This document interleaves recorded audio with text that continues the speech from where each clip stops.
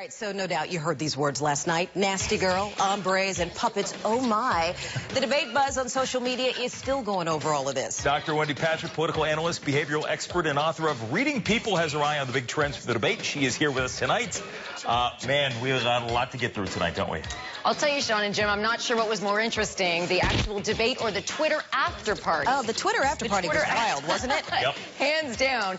So you had fun. I mean, one of the biggest things on Twitter we saw all day long was, of course, the hombre comment. I mean, yes. from people making fun and saying it was hair, but we heard what Donald Trump had to say. Do we have that soundbite?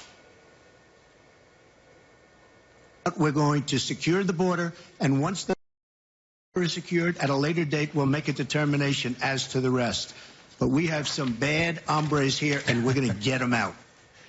Now, this is being affectionately referred to as Trump's bilingual moment. Who knew he spoke Spanish? Yeah. I thought he got on Jeb Bush for speaking Spanish in the primary. I heard that they were going crazy down in Mexico, that this was the big headline down there that people were talking about. You know, it's interesting you say that, Sean, because it happens to be the headline among those who were most offended, whereas the nasty woman comment really resonated viscerally among women voters. And go figure, two of the big groups of voters he needs to win over, Latinos and women. And when he pulled out the nasty woman comment, it was kind of surprising because it was during a discussion about entitlement reform. It wasn't about some sort of intensely personal exchange. It sort of came out like that. And let's play that one if you didn't see this. But what we want to do is to replenish the Social Security Trust Fund. And I think I heard, you may have heard some gasps in the hall there. But again, this is rhetoric we've never seen in a debate before. You know, that is why Hillary spent the last week in the debate bunker, prepping and making sure she had everything ready so she didn't have to resort to off-the-cuff remarks, leaving nothing to chance. Donald Trump absolutely prepares the opposite way. And I'll tell you, the only thing these two candidates have in common is their contempt for each other. And that was sadly on grand display last night, perhaps even more so than it was in debates number 1 and number 2. Let's look at our final quip that got all over social media was, of course, the big puppet exchange. Putin, from everything I see, has no respect for this person. Well, that's because he'd rather have a puppet as president of the United States. No puppet. And it's pretty clear. You're the puppet. It's pretty.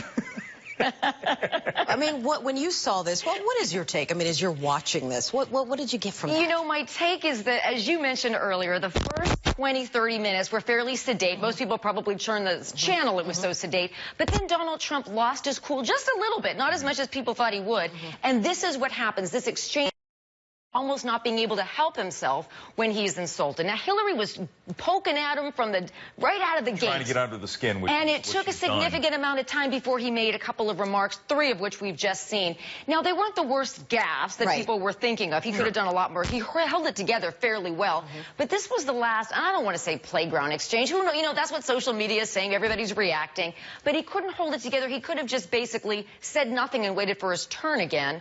Because I thought the big winner of last night's debate was Chris Wallace. Chris Wallace again, too. So everybody agrees on that, right? Overall, though, as you were watching the two of them, who did better when it came to the things they were saying, body language, and expressing it to the American people? You know, body language-wise, it was almost a draw because Hillary Clinton also expressed some of the contemptuous expressions that Donald Trump did. They probably can't help it. Sure. Content-wise, you know, Hillary has a lot more experience. I know Trump says it's bad experience, but regardless of who you're voting for, people are looking at who's most qualified and who knows most. And Hillary wins the transcript test, as I like to say, body language aside. Well, speaking of body language, before we go, let's do something they didn't do last night. Thank you for joining us, Dr. Wendy. No one shook hands. Thank you for having Wendy me. Patrick, thanks so much for coming in. We appreciate it. Well done. All right. Remember that? No handshakes at all. Right.